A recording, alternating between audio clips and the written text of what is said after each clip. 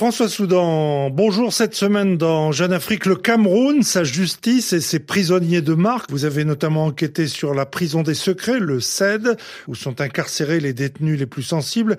Quelle est la particularité de ce CED et pourquoi la prison des secrets ?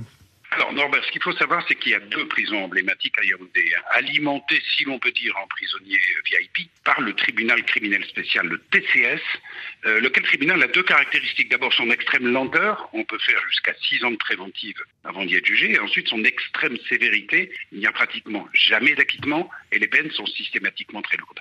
Il y a d'abord la prison centrale de Kondengui, que tout le monde connaît, où est incarcérée la majorité des détenus de l'opération anticorruption Épervier, et bien sûr 3 à 4 000 détenus de droit commun. Et puis il y a une seconde prison, qui est le secrétariat d'État à la Défense, le CED. Alors là sont enfermés les détenus les plus sensibles, ceux dont on considère qu'ils détiennent des secrets sur l'État ou tout ce qui touche à la présidence. Cette prison secondaire, elle est née de l'imagination, si je puis dire, d'une forte personnalité. L'ancien ministre de la Défense, aujourd'hui décédé, Amadou Ali, lorsque Paul Biya, en 1997, fait procéder à l'arrestation de l'ancien secrétaire général de la présidence, Titu Sedzoa, lequel passera 17 ans en prison, se pose la question de son lieu de détention. On ne peut pas le mettre, ce type de détenu, n'importe où, le mêler avec n'importe qui.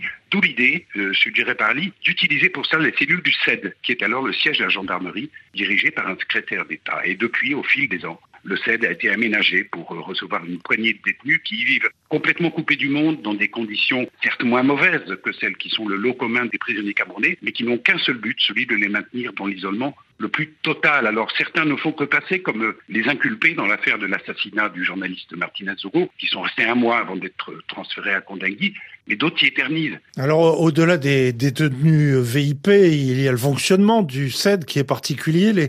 Dans quelle mesure les prisonniers qui sont notamment sous la bonne garde des militaires en violation du droit international le sont-ils ?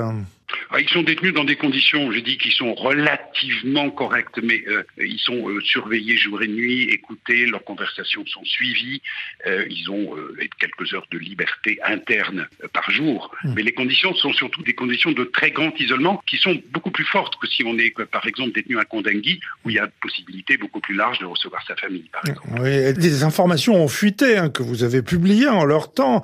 Est-ce qu'on peut dire que Jeune Afrique est dans le secret des lieux ? On a essayé d'enquêter, effectivement, c'est ce qu'on a fait à Yaoundé. Mais ce qu'il faut dire, Norbert, moi je crois que c'est important de le dire, il y a des dossiers de détournement qui sont avérés, y compris pour ceux qui sont au CED.